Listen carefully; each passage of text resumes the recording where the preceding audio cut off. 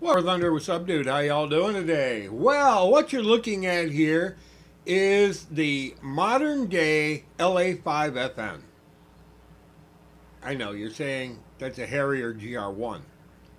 And I'm telling you, that's the new LA5FN. Now, if you don't know what I'm talking about, you haven't been playing War Thunder long enough.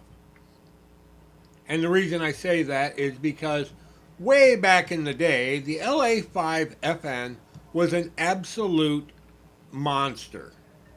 It wouldn't stall. It wouldn't do, well, it would do everything you asked it to do and then some. It was hard to kill because the fire always went out.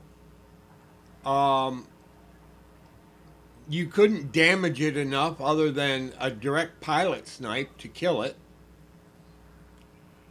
And it was basically a UFO. It didn't lose power in the turn or in the climb. It just kept going and going and going. And it was something to hate. And there were many players that when they saw there were LA5FNs, they would just quit. They did not want to play against a plane that was overpowered. Now, you might be wondering why I'm talking about that when I'm looking at a Harrier GR1.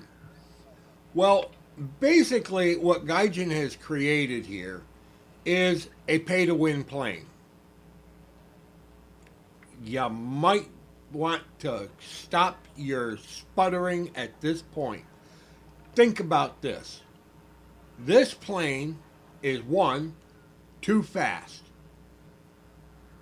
It should be about 669 miles an hour, which means it's doing almost 40 miles an hour, 30, 35 miles an hour faster than it should be going. It gets four, count them, 1, 2, 3, 4, SRAAMs. Funny thing that I've looked at all the information available about the SRAAM. Now, if somebody can prove me wrong, great, wonderful. But I have only seen two platforms that fired the SRAAM. Two. And the Harrier GR1 weren't one of them. The only two platforms to fire the SRAM were a ground station, which would play hell if we put it on the air bases, and the Hunter F6. That's it. The weapon system has been kept alive in the laboratory for future weapons development, but there has been no addition of the SRAM system to the Harrier GR1 that I can find. I have not found anything saying they attached it to the GR1 and did live fire tests with it.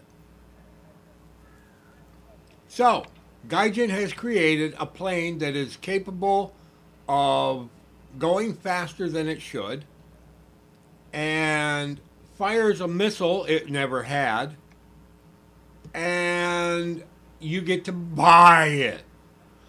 Whereas the GR3 has got the AIM 9L, and there's only two of them. And you have to work your ass off to get that. And here you have the modern day LA5FN.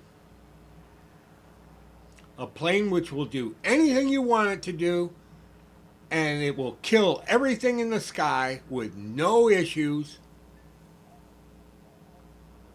and you get to buy it. Now you might be wondering what I'm talking about. The LA5FN, it's in the regular tech tree. Yeah, it's also in the German tech tree in the premium section. And that was the one that was the royal pain in the butt. So, Gaijin Pay to win. Because right now we're swamped with these things. At 9.7, 9.3. They have no business being that low. They should be at 10.0. The only other plane to carry SRAAMs, the Hunter F6, is a 10.0 plane. This plane should be a 10.0 plane. Period. No ifs, no ands, no buts. 10.0.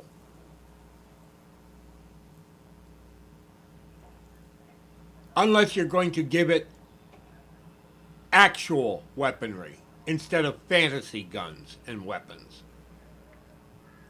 This is Subdude signing off. Y'all have a pleasant today, a better tomorrow, and we'll catch you in the sky in Air Realistic, and I will not purchase this as long as it is overpowered like that. That is a bad joke. Good night, folks.